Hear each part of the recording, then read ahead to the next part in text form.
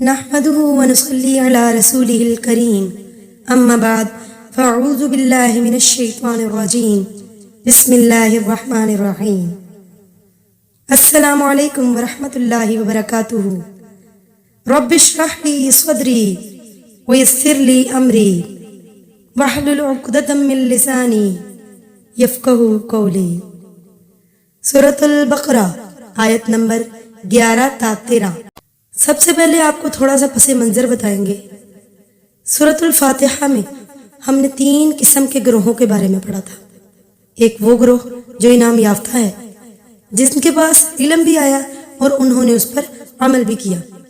یہ وہ لوگ ہیں جو اللہ تعالیٰ کی نظر میں کامیاب ٹھہرے۔ اولئک علی ھدی من ربہم واولئک ھم المفلحون۔ یہی لوگ فلاح پانے والے ہیں۔ ان کی کچھ صفات بھی ہیں۔ یہ مومنین ہیں، خالص مومنین۔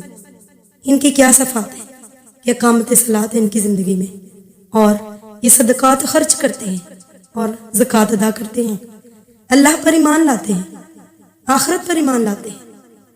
اور دوسرا گروہ کون سا؟ جن کے پاس علم تو آیا لیکن انہوں نے اس پر عمل نہیں کیا، انہوں نے اس کو ریجیکٹ کر دیا، جھٹلا دیا، تو پھر اللہ تعالیٰ کا ان پر غصہ اور غضب نازل ہوا، جیسے قوم نوح، قوم سمود۔ تیسری قسم کے وہ لوگ جن کے پاس نہ تو علم آیا اور نہ انہوں نے اس پر عمل کیا، اللہ تعالیٰ نے ان کو توفیق ہی نہیں دی کہ وہ علم حاصل کر سکے۔ اللہ تعالیٰ نے ان کو عقل ہی نہیں دی، علم ہی نہیں دیا، شعور ہی نہیں دیا، اور وہ لوگ عمل بھی نہ کر سکے۔ وہ لوگ کون تھے؟ وہ الضالین، بھٹکے ہوئے لوگ جو ایمان لانے میں کامیاب نہ ہو سکے۔ یہ لوگ ظلمت اور اندھیرے میں ہی رہے، انہوں نے خود کو اندھیرے میں رکھا۔ ہم جن لوگوں کے بارے میں پڑھیں گے، منافقین۔ منافقین یہی لوگ جن کے پاس نہ تو علم آیا اور نہ انہوں نے اس پر عمل کیا۔ ان لوگوں نے زبان سے تو اقرار کیا لیکن ان کے دلوں نے اس بات کی تصدیق نہیں کی، ان کے دلوں نے ایمان کی گواہی نہیں دی، نہ ہی انہوں نے عمل سے ثابت کیا۔ زبان سے انہوں نے اپنے ایمان کا اظہار کیا لیکن دل سے پکا یقین نہ کر سکے۔ وائزا کیلا، کیلا کہا جائے، کون کہہ رہا ہے؟ کوئی بھی کہہ سکتا ہے، لوگوں میں سے کوئی بھی کہہ سکتا ہے کہ فساد نہ کرو زمین میں۔ فساد کیا ہے؟ بگاڑ، کسی چیز کا بگڑنا، اصلاح کی ضد ہے فساد۔ فساد کیسے ہوتا ہے؟ کسی چیز کو بگاڑنے کے لیے، فساد پیدا کرنے کے لیے جو طریقے اختیار کیے جاتے ہیں وہ ظلم و زیادتی پر مبنی ہوتے ہیں۔ جھگڑا، فساد ایک ہی چیز ہے۔ جھگڑا کب ہوتا ہے؟ جب کوئی جھوٹ بولے، دھوکہ دے۔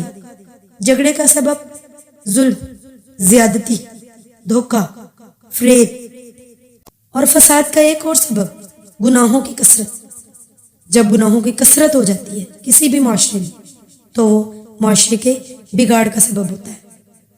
اور جب ان لوگوں سے کہا جاتا ہے لا تفسدوا فی الارض، زمین میں نافرمانی نہ کرو، تو وہ کہتے ہیں کہ ہم تو اصلاح کرنے والے ہیں۔ کیوں؟ کیونکہ ان کا نور بصیرت چھن چکا ہے۔ وہ اپنے گناہوں کو بھی ثواب سمجھتے ہیں، اپنے برے کاموں کو اچھا سمجھتے ہیں۔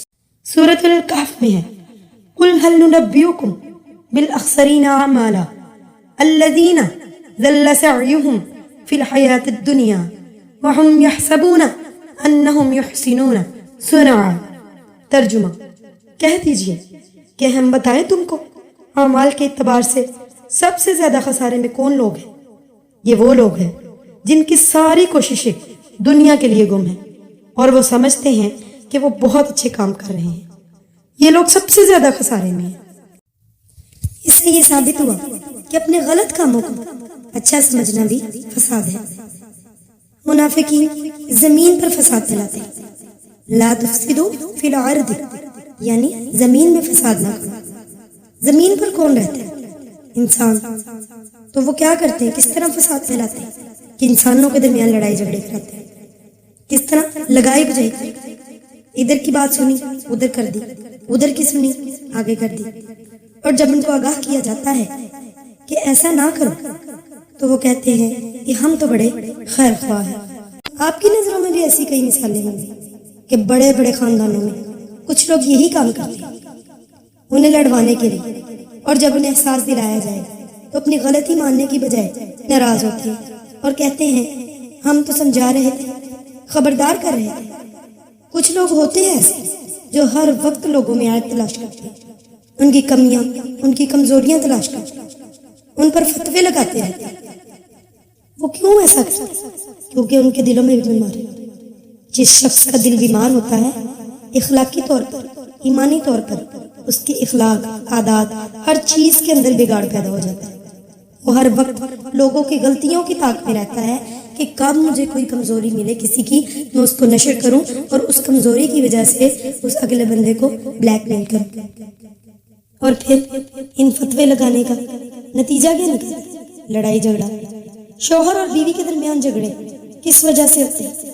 اسی وجہ سے کہ شوہر کو بیوی سے اور بیوی کو شوہر سے بدزن کیا جاتا ہے، شوہر کی برائیاں گنوائی جاتی ہیں اور شوہر کو بیوی کی برائیاں گنوائی جاتی ہیں۔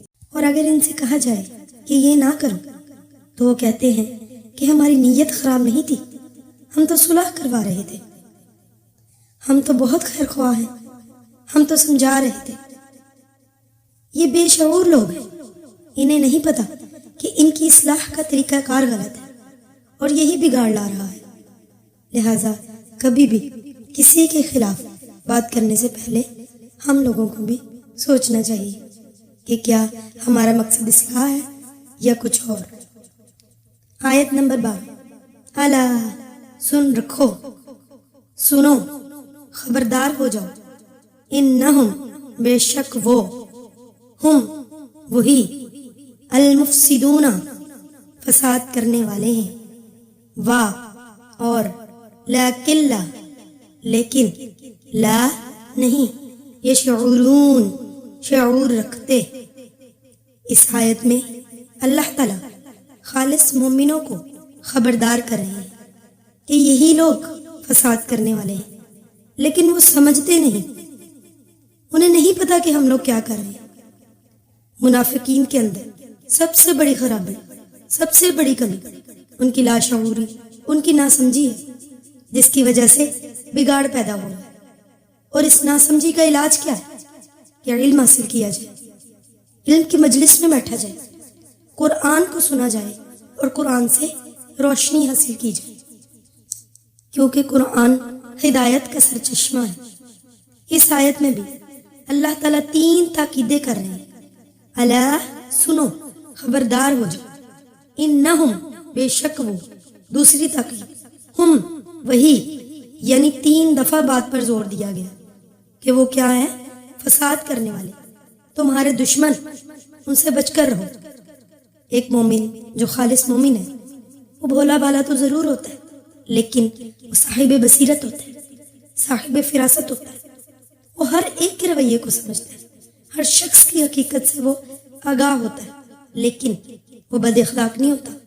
وہ ہر ایک کو سناتا نہیں ہے کہ میں تمہیں جان گیا ہوں، میں تمہارے رویے سے واقف ہوں، میں سمجھتا ہوں کہ تمہارے دل میں کیا چل رہا ہے۔ نہیں، وہ یہ کام نہیں کرتا، بس وہ کیا کرتا ہے؟ محتاط ہو جاتا ہے۔ اللہ تعالیٰ بھی یہی فرماتے ہیں، ہم العدو فاحذرہم، کہ وہ تمہارے دشمن ہیں اور تم ان سے محتاط ہو جاؤ۔ اللہ سبحانہ وتعالیٰ فرماتے ہیں کہ یہی لوگ مفسد ہیں، مگر سمجھتے نہیں، کرنے والوں کو پتہ ہی نہیں کہ وہ کیا کر رہے ہیں۔ تمہیں محتاط ہونا۔